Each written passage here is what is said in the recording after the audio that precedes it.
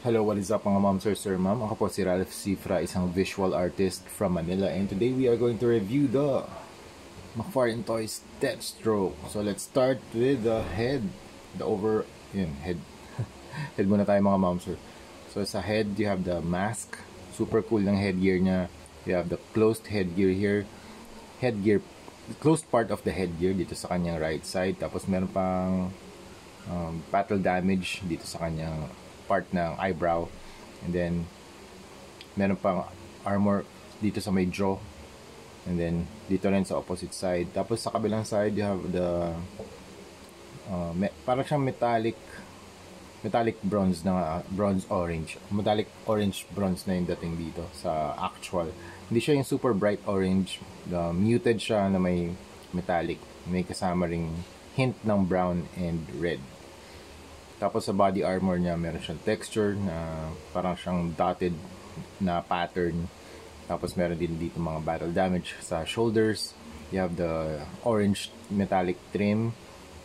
May mga pouch din siya. Yan, mga pouch 1, 2, 3, 4. Then you have the device here. Tapos may mga straps. So you have the big strap dito. Dito rin may strap sa kanyang chest, papunta dito sa belt. And then you have the belt. Tapos black lang yung plastic. Actually, ang paint lang dito, ito yung tong metallic na orange Tapos yung sa ice din. Everything else, blue plastic siya and black plastic. Ito, orange plastic yung ginamit dito. Ang ganda ng ganda ng material nitong kanyang cloth type na, or some sort of bandana. Daming shotgun shells. 1, 2, 3, 4, 5, 6, 7, 8 shotgun shells dito sa kanyang left shoulder. And then meron pa ditong mga bullets 1 and 2. Tapos dito sa meron din parang silver. You have the silver here na scales. Ganda ng pattern texture. Tapos ito yung sword sheath niya. Ito pala yung accessory niya na pwede mo lagay dito. Ito yung sword niya. Angas, diba? Ang height nito ay around 7 inches tall. Okay? Ayan.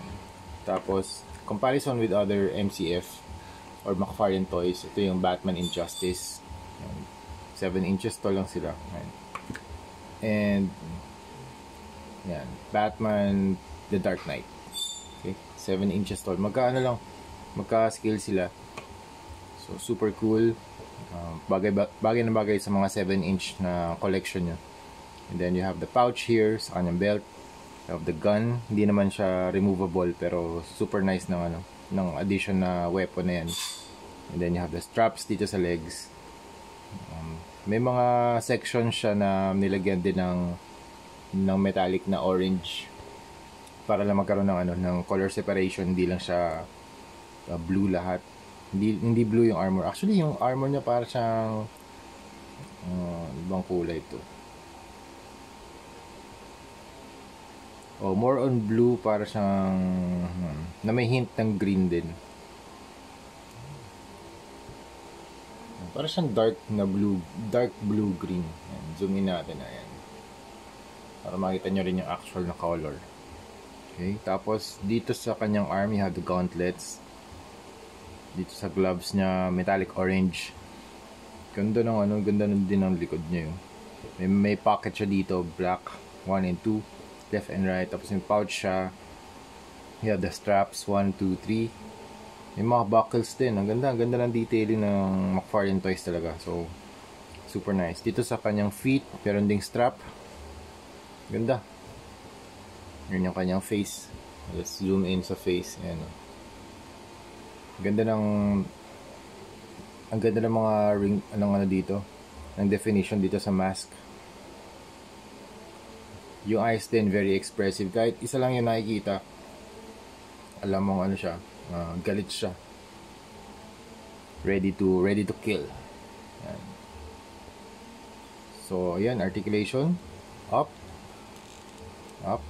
down, 360. Uy! Ayan, 360. Ayan, okay. Makapag 360 naman yung head niya. Ingat lang kayo dito kasi baka matanggal siya. Nakaglue naman siya na maayos. 360. Tapos ito yung sword niya. Okay, pahawak natin yung sword. Okay, tapos sa body, wala siyang cut dito sa chest, pero dito sa waist meron. Okay, can move up and down. Okay, ab crunch, crunch, out. Okay, shoulders, ay arms, rotate, outward, double bend na, double joint na elbow, ball joint na kamay. Tapos sa paa, kick, back. Oh, nice. Back. Whoa. Tapos dito sa kanyang legs, double jointed. Ayan, double jointed. Tapos dito sa feet, ball joint. Tapos meron din siyang toe articulation. Ayan. Prepare na natin to for customization. Super ano na to, DS na to. Super cool. Lalong-lalo na tong ano. Pinakagusto ko dito yung head sculpt niya. Ganda ng design ng mask. Actually, ito rin yung mga shotgun shells for additional firepower. Yun nga lang, wala siyang barrel. Pero, ito sana yung barrel niya. Pero, dadagdagan na lang natin to ng, ng weapons from the munition pack. Okay? So, yan. Prepare na natin to for customization. Thank you very much for watching and see you sa next video. Bye-bye.